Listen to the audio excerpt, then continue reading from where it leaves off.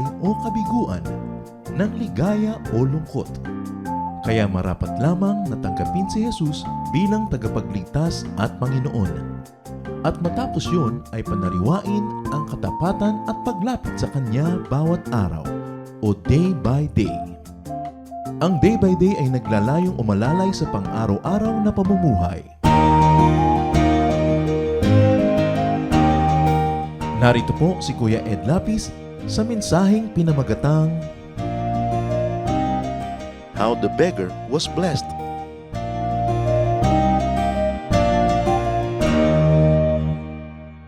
Napakaraming pangangailangan ng mga tao at kailangan natin laging may katuwang at katulong sa buhay. How the beggar was blessed, ang ating pag-aaral. Turuan niyo po kami, Panginoon, na matuto sa karanasan ng mga nauna na sa amin. Teach us to be observant, to be studious, so we can be wise, and we can learn from you. Patawarin niyo po kami sa aming mga kasalanan, punuin niyo po mga kakulangan namin, Panginoon, and now equip us to understand your message for us today. We ask you to be our preacher, our teacher, our healer, and friend. Lead us unto greater knowledge of you. Unlock for us and open the door to your blessings. Father, we seek you in the name of your Son, Jesus. Amen. Acts 3, 1-10, minsan nagpunta si Pedro at Juan sa templo. Alas 3 ng hapon noon, ang oras ng pananalangin. Sa pintuan ng templo na tinatawag na Pintuang Maganda, ay may isang lalaking lumpo mula pa nang ito'y isilang. Dinadala ito sa templo araw-araw upang mamalimos sa mga taong pumapasok doon. Nang makita nito sina Pedro at Juan na papasok sa templo, siya'y humingi ng limos. Tinitigan siya ng dalawa at sinabi ni Pedro sa kanya, "Tingnan mo kami." Tumingin nga siya sa kanila sa pag-asang siya'y lilimusan. Ngunit sinabi ni Pedro, "Wala akong pilak o ginto, ngunit may iba akong ibibigay sa iyo. Sa pangalan ni Jesucristong taga Nazareth, tumayo ka at lumakad." Hinawakan niya sa kamang kamay ang lumpo at itinayo. Noon di lumakas ang mga paa at bukong-bukong ng lalaki. Palokso itong tumayo at nagsimulang lumakad.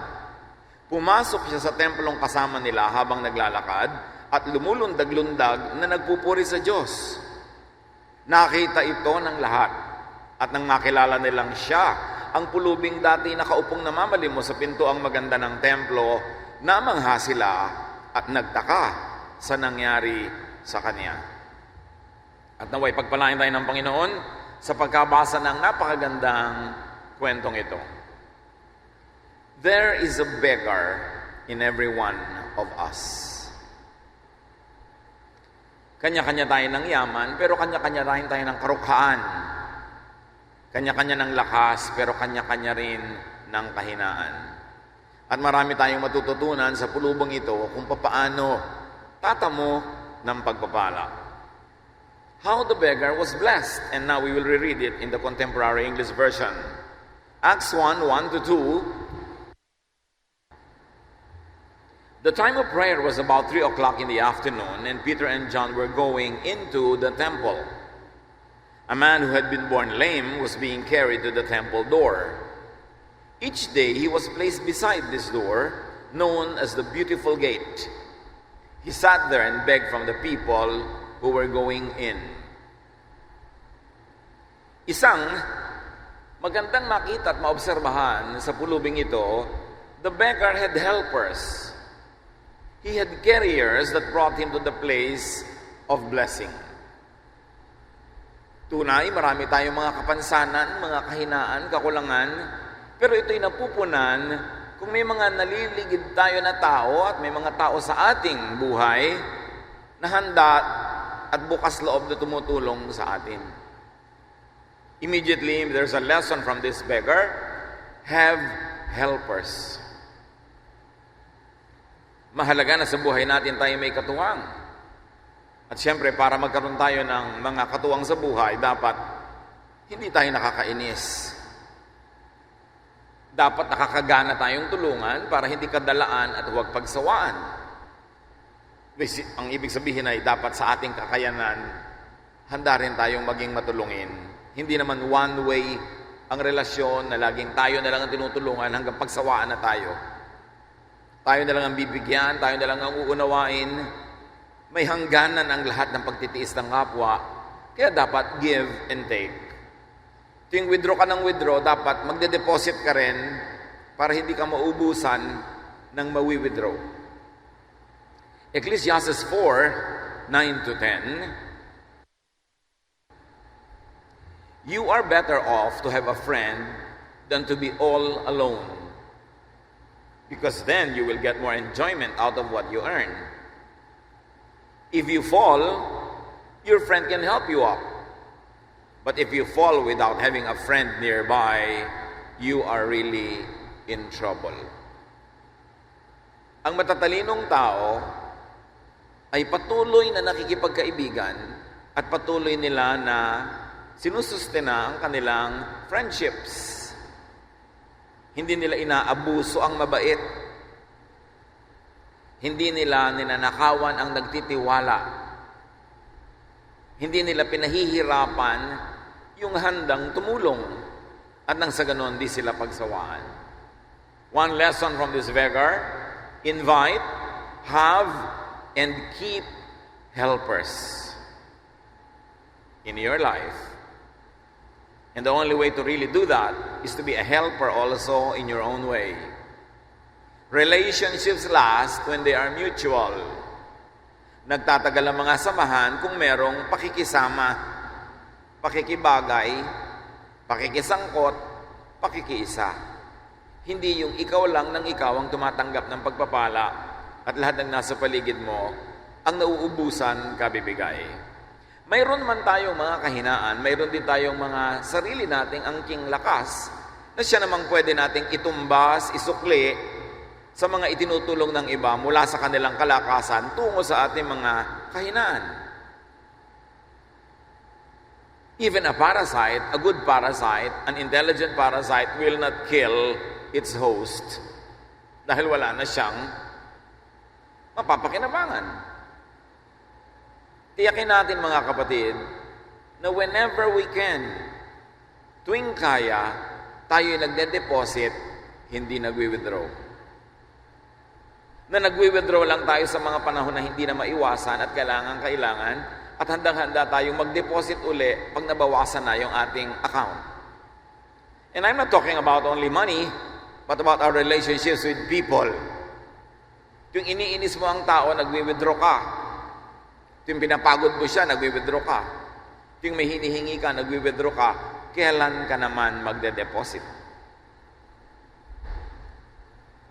The beggar was in the right place at the right time. Another lesson to learn. He was at the temple door. He was in the path of blessings. Maraming mga tinatawag na pulubi noong unang panahon, dinadala sa mga hagdanan at pintuan ng mga bahay dalanginan, anumang relihiyon. Hindi lang sila para mamalimos ng pera, may iba pa silang pinapalimos. Inaasahan nila na may dadaan ng mga banal na tao, at sa paniniwala nga nung iba, madaanan lang sila ng anino ng mga banal na taong ito na pupunta sa dambana upang manalangin sa bathala. Sila'y mapagpapala na. Hindi lahat ng pulubi sa pintuan at paanan at hagdanan ng mga templo ay pera ang habol. Although marami, yun ang kailangan. Pero marami din naghahanap ng himala, naghahanap ng lunas o kaya'y payo mula sa mga dalubhasa at mga pantas na tao na pupunta sa dambana upang manambahan at manawagan sa may likha. Kaya itong pulubing ito, napagpala nitong isang araw na ating pinag-uusapan dahil nasa tama siyang lugar. Lesson from this beggar: position yourself correctly. Lumagay ka kung saan dadaan ang pagpapala. Gusto mo palang magkatrabaho, alangan mang lagi kang nakahiga, hindi dadaan doon ang pagpapala. Gusto mong umani, nasa sugalan ka, hindi ka dadaanan ng pagpapala. Dapat nandun ka sa taniman. Gusto mong magkaroon ng mga kaibigan, tapos nandun ka sa daanan ng mga masungit, ng mga pintasera, ng mga chismosa, hindi dadaan ang pagpapala sa iyo doon. It's all a matter of positioning. Halaman man, kung ikaw ay orchid at nagpunta ka sa bilad na bilad ka sa araw, maluluoy ka kasi hindi doon ang pagpapala para sa iyo. May tama kang lugar. Isda man na pangtabang na tubig at nagpunta sa maalat na tubig ay mamamatay kasi hindi doon siya pagpapalain kundi sa tama niyang lugar. Dapat nasa tama kang lugar. Mayroong mga tao gusto magkapera pero hindi naman sila lumalagay sa lugar na nagtatrabaho sila, nagsisikhay, nagsisikap. Paano ka pupuntahan ng pera? Psalm 1:1, Blessed is the one who does not walk in step with the wicked, or stand in the way that sinners take, or sit in the company of mockers. Kung gusto mo daw mapagpala ka, at pinagpala ang mga tao na hindi nakikilakad sa lakaran ng mga masama, nakikitayo sa tayuan, tambayan ng mga masama, at lalong hindi nakikiupo sa umpukan ng mga mapanlibak. Kasi wala doon ang pagpapala. Ano daw ang pagpapala? Tularan ang mga puno. Psalm 1:3, yung mga pinagpapala daw, they are like trees growing beside a stream. Trees that produce fruit in season and always have leaves. Those people succeed in everything they do. Ang pinagpapala daw mga tao, tulad ng pinagpapalang halaman, yung ang mga ugat ay nakasawsaw sa mga batis. Yung ang pagkakalagay sa kanila ay nakatanim sila sa daanan ng tubig at hindi doon sa lugar na madaling matuyot. Tayo ba nasa dinadaanan ng tubig ng pagpapala? Nakasawsaw ba ang ugat mo sa mga pagpapala? It's a matter of location, location, location.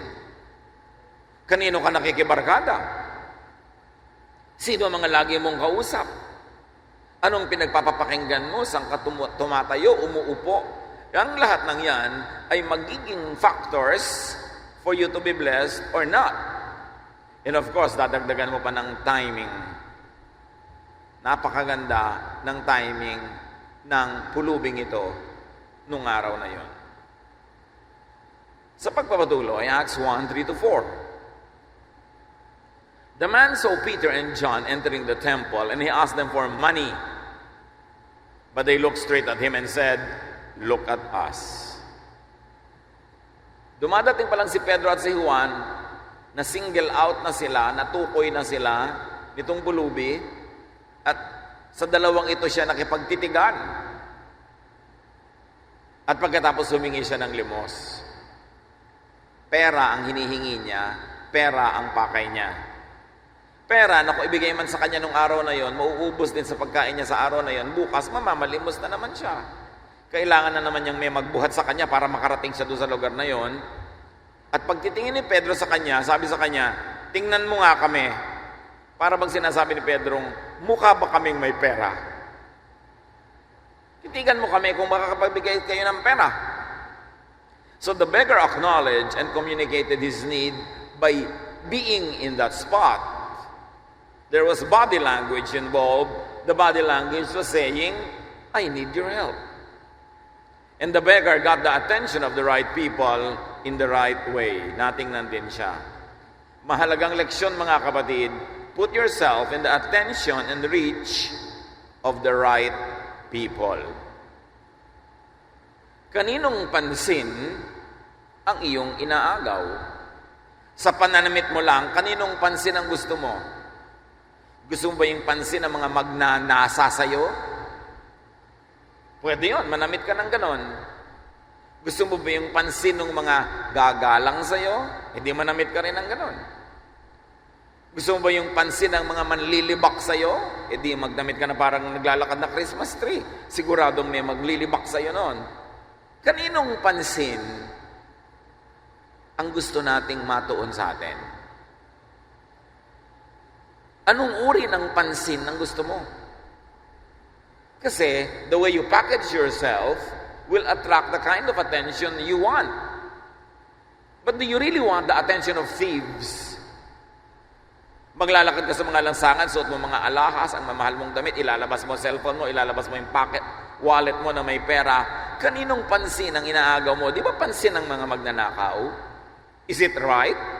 Tama ba yung behavior na yon? Kaninong pansin ang hinahanap mo pag naglalakad ka sa oras ng gabi? Liban na lang, kung galing ka sa trabaho, hindi mo na maiwasan. Pero kung maiiwasan, lumigpit ka na pag gabi na. Kasi pag gabi na, yung mga nagda-drugs, bangag na. Yung nagiinuman, lasing na. Handang-handa na sila na maging baliw at ito ka, dadaan-daan sa tapat nila. Di ba naghahanap ka ng sakit ng katawan nun? Kaya makikita mo, napakaraming nabibiktima. Liban na lang, kailangan na raw sila sa lugar na yon o hindi nila maiwasan. Kasi naman, nandun sila sa lugar din na yon. Nakakatawag ka ng pansin. So put yourself in the attention of the people who matter. What kind of attention do you want? Surely you can get an attention. Maglakad kang hubot-huad, di ang daming pumansin sa'yo. Pero yung ba talaga ang gusto mong uri ng pagpansin sa'yo? Yung ang ingay-ingay mo pagpasok mo sa isang lugar, napansin ka nga, pero anong uri ng pansin? Paggalang ba yon?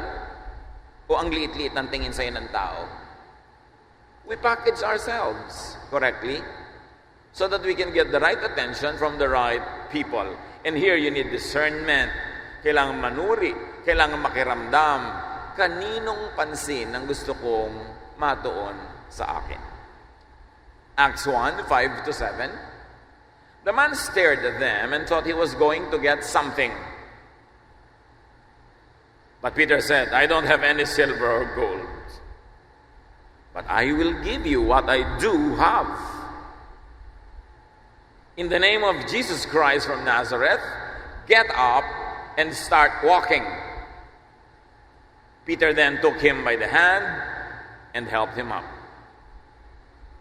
Sabi ni Pedro, mukha ba kaming may pera? Tingnan mo nga kami. Wala kaming kapera-pera. Pero kung anong meron kami, yun ay bibigay namin sa iyo. Sabi niya, sa ngalan ni Jesus sa taga Nazareth, tumayo ka dyan at nang matigil ka ng pamamalimos. Makapagtrabaho ka ng maayos, makapamuhay ka normally, at hinawakan niya ang kamay ng lumpong ito at itinayo siya. Nagpahawak naman ng lumpo, at kahit lumpo siya, ay umakmang tatayo nga. Kung kayo yung lumpo, all your life lumpo kayo. Hindi kayo kahit kailan nakalakad at ni minsan walang nagbigay ng pag-asang makakalakad pa kayo. Kaya ang kailangan nyo lang, konting barya. Sabi ng kaharap nyo, wala akong kapera-pera, pero ang ibibigay ko sa iyo, kung meron ako, tatanggapin nyo ba? O sasabihin nyo, wala ka naman palang pera, umalis ka dyan, kasi kaya nga ako pulube, pera ang kailangan ko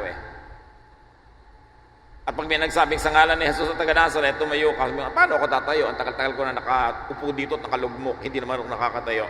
Maraming tao hindi tumatanggap ng bagong pagpapala kasi nakasara ang utak nila sa bagong pagpapala. Hindi sila tumatanggap ng bagong karunungan, bagong katuruan, kasi nakasara na ang utak nila sa konti at kaprasong karunungan na nakuha nila nung unang panahon. At hindi nila sa handang buksan ang puso nila sa mga bagong karunungan, mga bagong kaliwanagan, kaya hindi na nila tatanggapin. Anong ginawa ng pulubing ito? Umakmang tatayo. Handa siyang tanggapin yung ibinibigay sa kanya kahit hindi yon ang ine-expect niya. Be humble enough to receive help from sincere helpers. Lahat tayo nangangailangan ng tulong, panapanahon lang. Hindi ka dapat mapagmalaki, mapagmataas, kung kailangan mo ng tulong at may nag-aalok naman. Napakahalaga na tayo'y marunong magpakumbaba. Acknowledge your need. The mere fact that that man was there at the temple door begging was language enough. It was body language. It meant, I need help.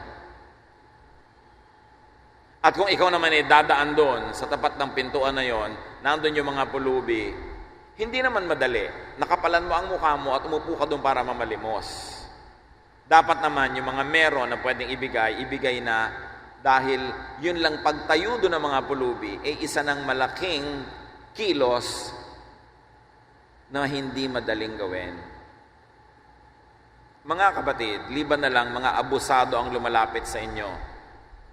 At bad record na talaga.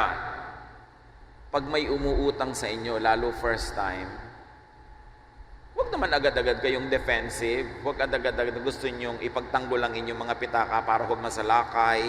Huwag agad-agad tatanggi. Huwag agad-agad hihiyain yung lumalapit.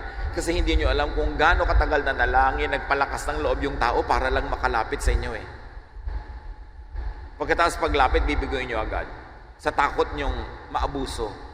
Lalo't first time at hindi naman kilalang utangera o balasubas.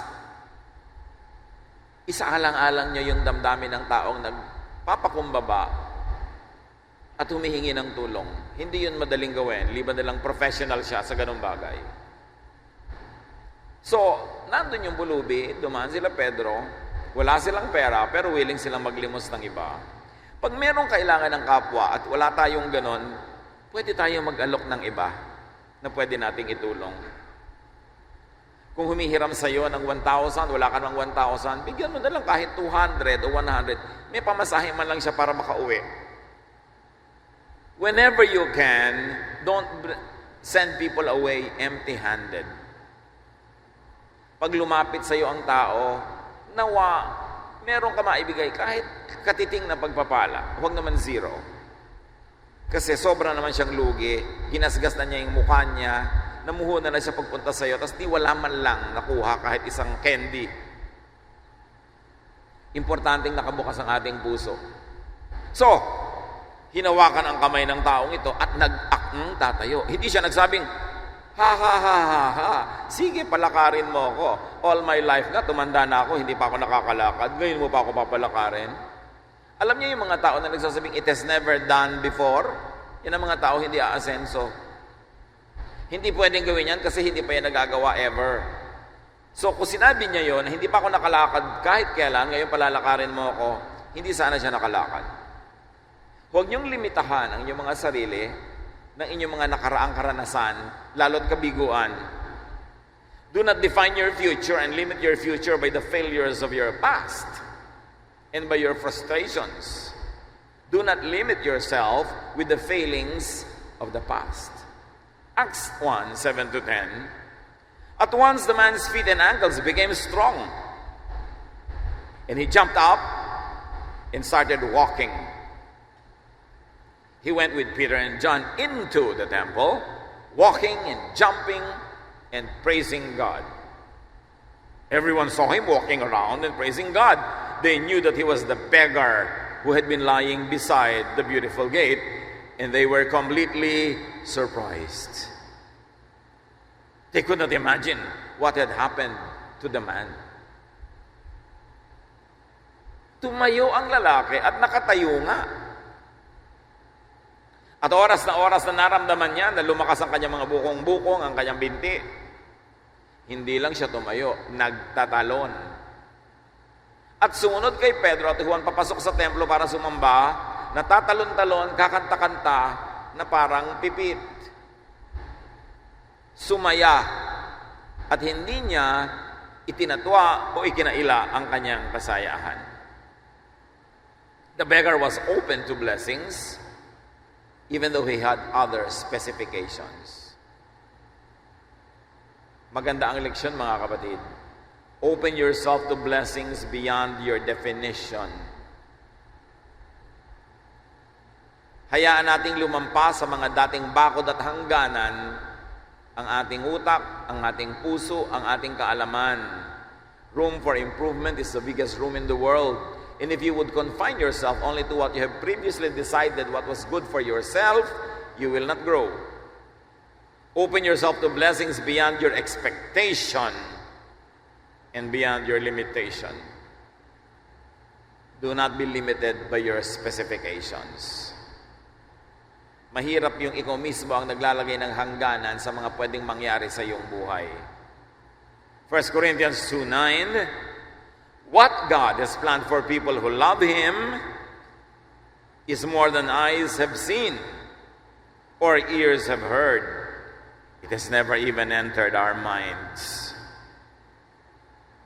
Sabi niya, alam niyo ba kung ano mga plano ng Diyos para sa inyo? Magagandang bagay na higit pa sa anumang nakita nyo na noon o narinig. Higit pa sa anumang nakaya nyong dalhin sa inyong guni-guni. In other words, you have no idea how much God is willing to give you. You have no idea how much God can give you if only you would not limit God and yourself. Never say never. Huwag niyo sabihin, naku, hindi ko kaya yan. Naku, mahirap yan. Naku, ganito na lang talaga ako. Huwag niyo sasabihin yan kasi parang isinumpa niyo ang sarili niyo na manatili na lang dyan. Kailangan laging may kabukasan ng isip. The beggar followed Peter and John into the temple. Lesson, mga kapatid, follow godly people. Godly instruments. Sila Pedro pala ang ginamit ng Diyos para siya makatayo at makalakad. Kanino pa siya dapat sumunod? Katulad niyo mga kabataan, mga magulang niyo ang ginamit ng Diyos para kayo makatayo, makalakad. Kanino pa kayo dapat sumunod? Sa mga kabarkada? Sa mga ka-chat? Sa mga friends sa Facebook? Kailangan pa bang i-memorize yan kung kanino ka dapat sumunod dun sa nagiging pagpapala sa buhay mo? Dun sa ginagamit ng Diyos para ka makalakad mula sa pagkalumpo, tumigil sa pamamalimos, umasenso, umunlad.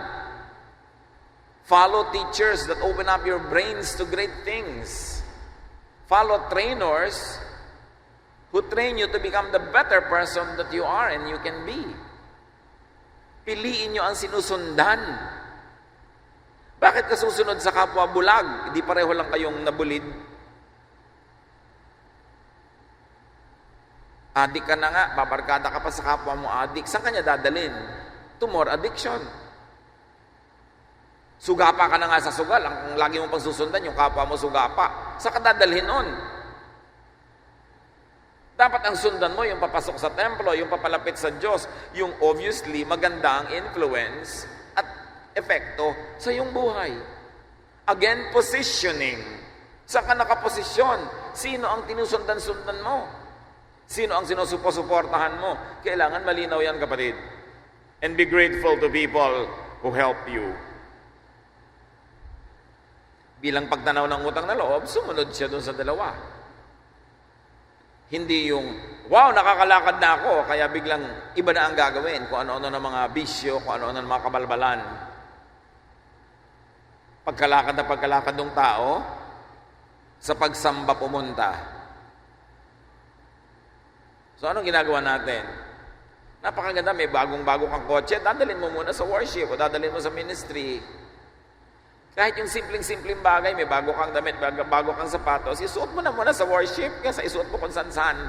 Yung unahin mo yung mga bagay na gano'n, kahit symbolic lang yon, kahit minsan mukhang mababaw, pero yung mga mabababaw na bagay, ang unang hakbang, tungo sa paglalim. Kailangan lagi mong inuuna yung maganda, yung tama. The beggar thanked and praised God. One great lesson. Always thank and praise God. Especially when you have been obviously blessed. Yung mga iba, huy, marami ka niyatang pera. Hindi, wala nga. Sa pag-iwas sa mga utangan, itinatatwa na napapagpala siya. Lalo't utangera ang nagsasabing, huy, umasenso ka na daw. Well, thank God, pero kasya lang sa akin. Pero pasalamat ka sa Diyos. Huwag mo sabihin, hindi, walang-wala nga ako eh. Alam niyo yung mga tao, sa hinabahaba na ng buhay ko na to, yung mga taong laging sinasabing walang-wala nga ako, meron sila nung sinasabi nila yon, pero ang ending, talagang nagiging wala nga. Alam nyo ba na ang inuusal ng inyong bibig ay panalangin? Kahit hindi nyo lagyan sa dulo ng in Jesus' name, meron yon. Kaya pag sinabi mong, walang-wala nga ako in Jesus' name. Gusto nyo sabihin yon?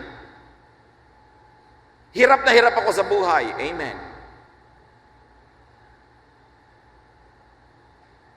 Walang kakwenta-kwenta ang pamilya ko. In the name of Jesus. Wala akong kapag-pag-asa, siya nawa. Ang inuusal-usal ng bibig, nadidinig ng langit, at dahil ang langit ay mabait, ibibigay sa iyo ang hinihingi mo. Kaya pag-ingatan yung pinagsasasabi na inyong bibig. I can name names, but I won't. I know people who had a lot of money before, pero kung sa anumang dahilan, lagi silang paladaing, palasabing wala ako. Ngayon, mga nakalupagi sa hirap, nagdidildil ng asin at gumagapang na parang ahas sa hirap, kasi hindi nila nirecognize nung araw ang kabaitan sa kanila ng Diyos. Ngayon, nararamdaman nila ang tunay na ibig sabihin ng walang-wala at mahirap. Always honor God and thank God. With your lips, with your words. Don't be too afraid na mahingan ka o mautangan ka. Tuloy maghihirap-hirapan ka. Napakahalaga, marunong ka magpasalamat. So the beggar not only walked, can you imagine, wala siyang training maglakad, pero nagtatatalon at naglululokso pa. Ibig sabihin talaga, ipinapakita niya hindi lang sa Diyos, kundi sa tao, kung ano ang ginawa sa kanya ng Diyos. Kaya manghang-mangha ang lahat. Pero kung siya'y dating beggar, na nung pagtayo niya, luluguluguran siyang naglakad, nakayuko lang siya, hindi mapupuri ang Diyos. Dahil yung body language niya, hindi pumupuri sa Diyos. What is very important, brothers and sisters? Hindi akalain nung pulubi na yon na pag-uwi niya sa araw na yon, hindi na siya buhat-buhat ng mga taga-buhat. Hindi niya alam na nung araw na yon, grabeng laking pagpapala pa lang ibibigay sa kanya ng Diyos. At anong malay nyo na ito ang araw nyo? Hindi imposible. So anong lesson mga kapatid? Greet and face each day with hope, with faith, with openness to God's miracles. You don't know what a day may bring forth. Hindi yung nakuumaga na naman, paggising mo, reklamo, umaga na naman, trabaho na naman, pag tinanggal naman sa trabaho, iiyak-iyak, pila na naman para mag-apply. Tapos hindi magpasalamat, wow, may trabaho ko ngayong araw na to. Kakanta-kanta ng rainy days and Mondays always get me down. Anong pagpapala ang aasahan mo sa Panginoon? Greet each day with enthusiasm.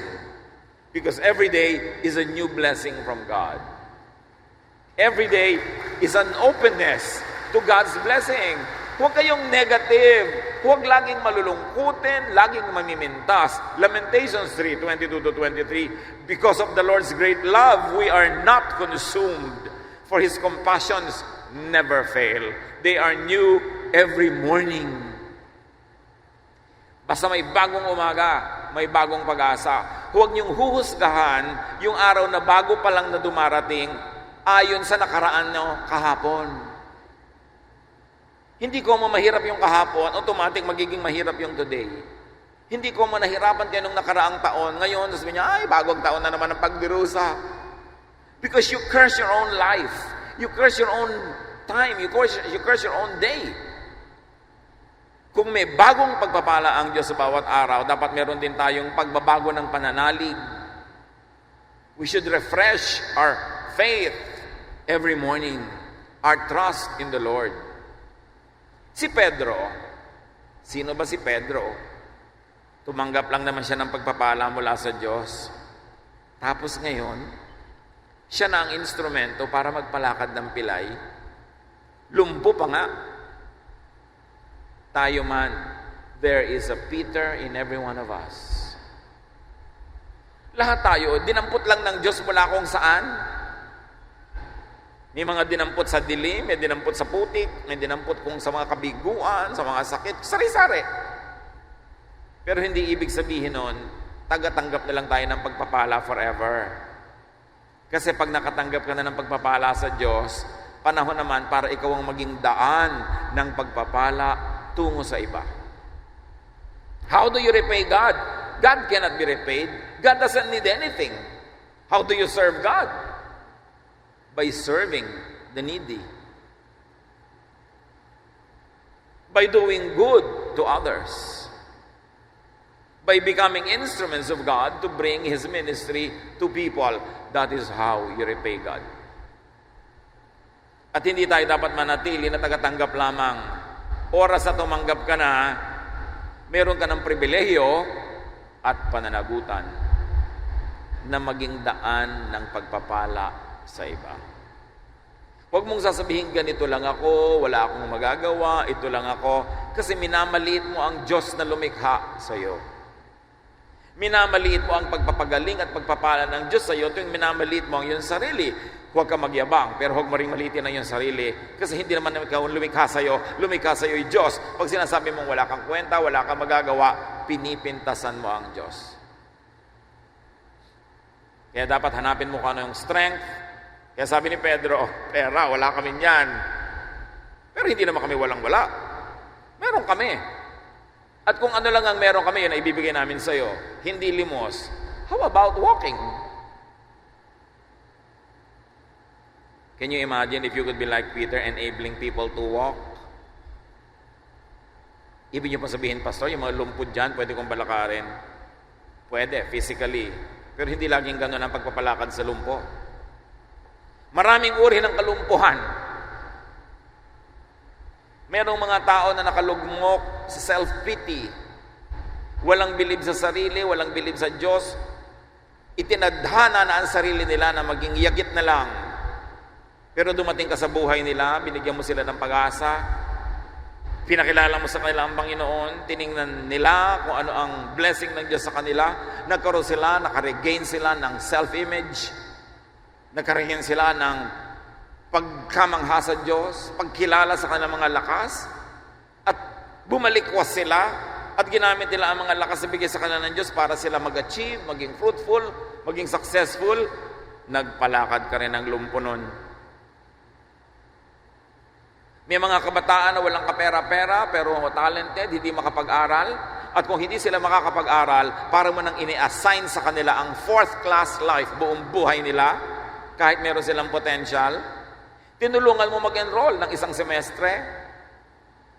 Iba naman ang tumulong sa ibang semestre, nagkadugtong-dugtong, nakatapos sila, umasyanso sila sa buhay, nagpalakad ka rin ng pilay nun. May mga taong nagugutom, binigyan mo ng pagkain ngayon, nakatawid sila, bukas, iba naman ang magbibigay, hanggang lumakas na sila at nagkaroon ng sariling kakayanan, nagpalakad ka rin ng pilay. Tuwing merong mga tao na may inferiority complex, suicidal, depressed, binigyan mo ng lakas ng loob, ng pag-asa, tinulungan mo, nagpalakad ka rin ng pilay. Hanggang ngayon, kumikilos ang Diyos. Ang tanong lang, magiging Pedro ba tayo na willing to give people what God gave us? Sabi ng iba, bakit po wala na yatang himala ngayon? Noon na lang New Testament meron. Araw-araw, dahil bago ang pagpapala ng Diyos, pwedeng may bagong himala. Naiiba lang ang anyo, hugis, kulay ng mga himala, pero meron pa rin. And you can be an instrument of that miracle if you're willing to be an instrument of God. Dapat lang, hindi ka maramot. Hindi yung sobra ka nagmamadali pagpasok sa templo, sabi mo sa pulubi, I'm in a hurry, malilate na ako sa service. Sa pagmamadali mo sa pagsamba, magbibingi-bingihan ka sa mga nangangailangan, ba't ka pa sumasamba? Para ano pa ang iyong relihiyon kung bingi ka naman sa pangangailangan ng kapwa? Kung hindi ka naman mabait, hindi ka naman mabuti, tapos simba ka ng simba, anong nangyari doon? Wala. Because doing good to others is great religion. Greater than many religious activities and rituals. So pray that we become like Peter and John. Let us be like Peter and John. Let us give to people what or who we have. And we have Jesus. Let us receive, yes. But let us also give away Jesus' love that heals, empowers, gives rest and peace. What do you have? Marami naman sa atin, pinagpala talaga. I hope lahat, nasa atin ang Panginoon. At hindi lang yun, marami sa atin may pera pa. May talent pa. Marami pa tayong pwedeng ibigay. Dagdag dun sa ibibigay natin na si Jesus. Mabuti pa nga tayo ngayon kaysa kay Pedro at Juan eh. Hindi mo naman pwede sabihin walang-wala ka. Talagang mang walang-wala sila nun eh. Wala nga ibayad sa tax. Kaya sabi pa ni Jesus, manghuli ka ng isda, may iluluwang pera, yun na ibayad mo sa buwes. Kaya talagang wala silang pera noon dahil wala silang ginawang ibang livelihood. Pero tayo naman meron. So pwede pa tayong makatulong sa ibang paraan. But the most important thing is to have Jesus in your heart and then to give Jesus away. Ang isang malaking himala, si Jesus habang ipinapamigay mo, hindi na uubos. Lalong dumarami. So wag tayo maging kuripot sa pagpapamigay ng ating pananalig. Sino ang mga lumpo sa inyong bahay ngayon? Ano ang kalumpuhan nila? Sino ang mga lumpo sa ating mga kaibigan, kamag-anak, kasama sa trabaho o sa church? Ano ang kalumpuhan nila at ano ang kapangyarihang ibinigay sa inyo ni Jesus para kayo ang gamiting pagpapala para sila makalakad? Panginoon, turo mo sa amin ang aming pribilehiyo at pananagutan na maging katulad ni Pedro. Maging matulungin. Huwag ituring ang kapwa na abala sa aming relihiyon, abala sa aming ministry, abala sa aming activity. Kasi kaya mo nga kami pinalakas para kami magpaabala sa mga mahihina. Turuan mo kami, Panginoon, ang mga nangangailangan, kailanman ay hindi sagabal sa buhay, kundi maaaring ito pa nga ang misyon ay binibigay nyo sa amin.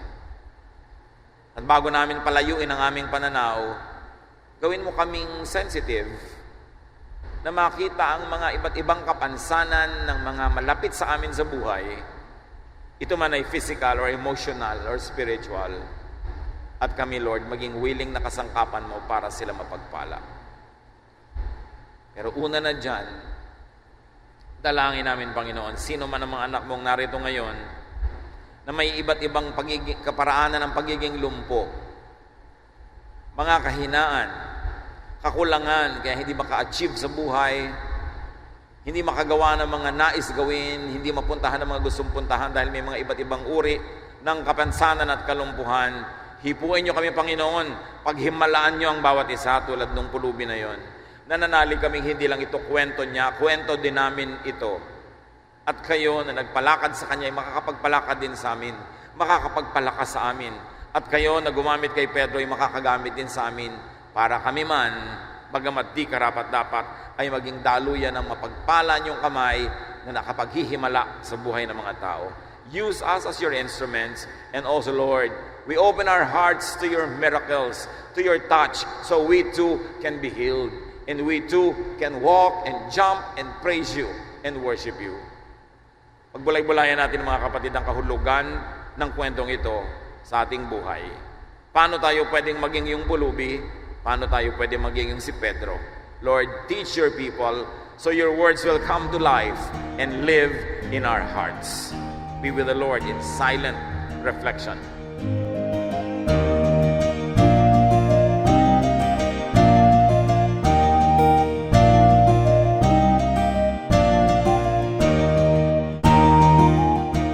Ang katatapos pong mensahe ni Kuya Enlapis ay pinamagatang How the Beggar Was Blessed.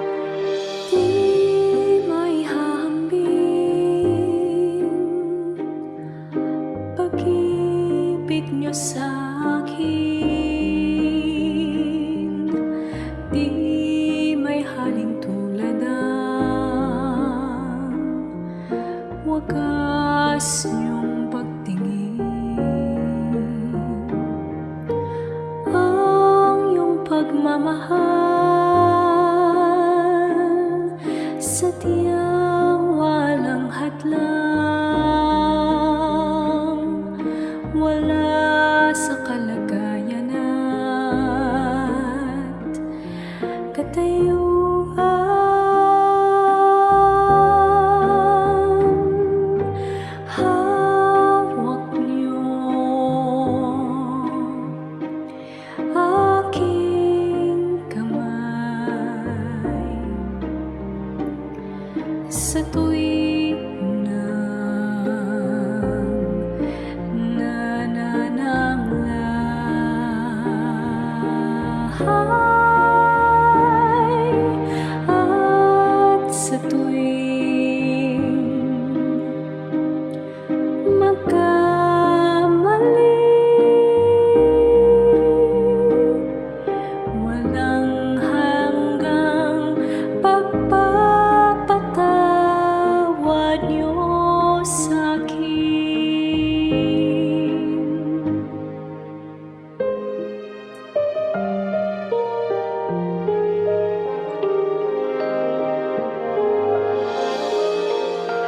Di may hahambing pag-ibig niyo sa'kin. Di may halin tulad ang wagas niyong pagtingin. Ang iyong pagmamahal sadyang walang hadlang, wala sa kalagayanan, katayuan,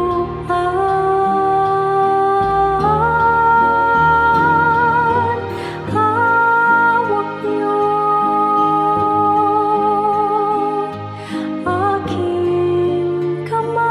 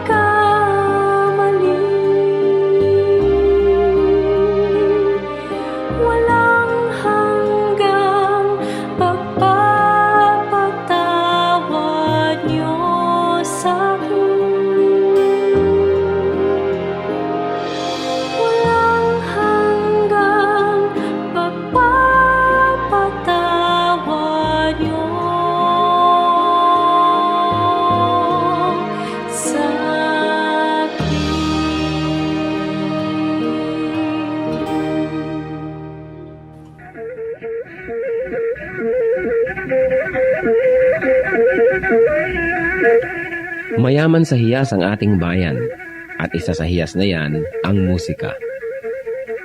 Napakaraming nalilikhang tunog ng mga Pilipino mula sa iba't ibang instrumento. Narito ang palendag, instrumentong pangmusika ng mga Maguindanao sa Cotabato.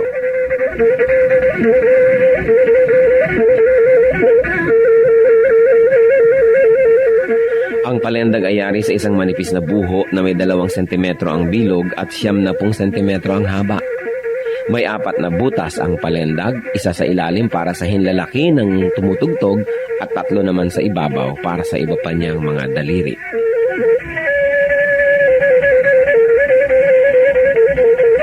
Inukaan ang isang dulo ng buho upang lumapat ito sa labi ng manunugtog habang siya'y umiihip. Sa kabilang dulo naman ng palendag ay may isa ring malaking uka kung saan nagtatapos ang instrumento.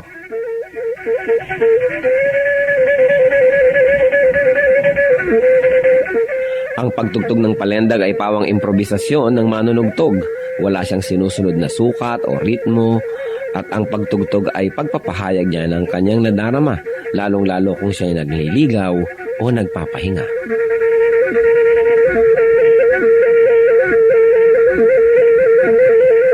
Ang musika ay wika ng kaluluwa.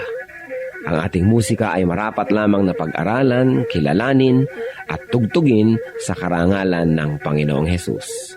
Ang palendag ng Maguindanao sa Cotabato.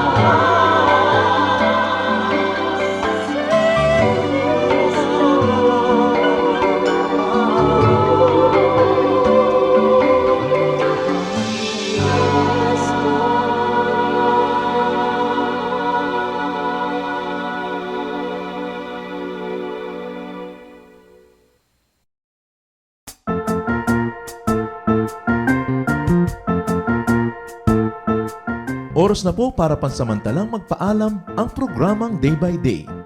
Tayo po'y magsama-sama tuwing ika-6 hanggang ika-7 ng umaga, araw-araw. Magandang umaga po at mabuhay ang Panginoong Hesus!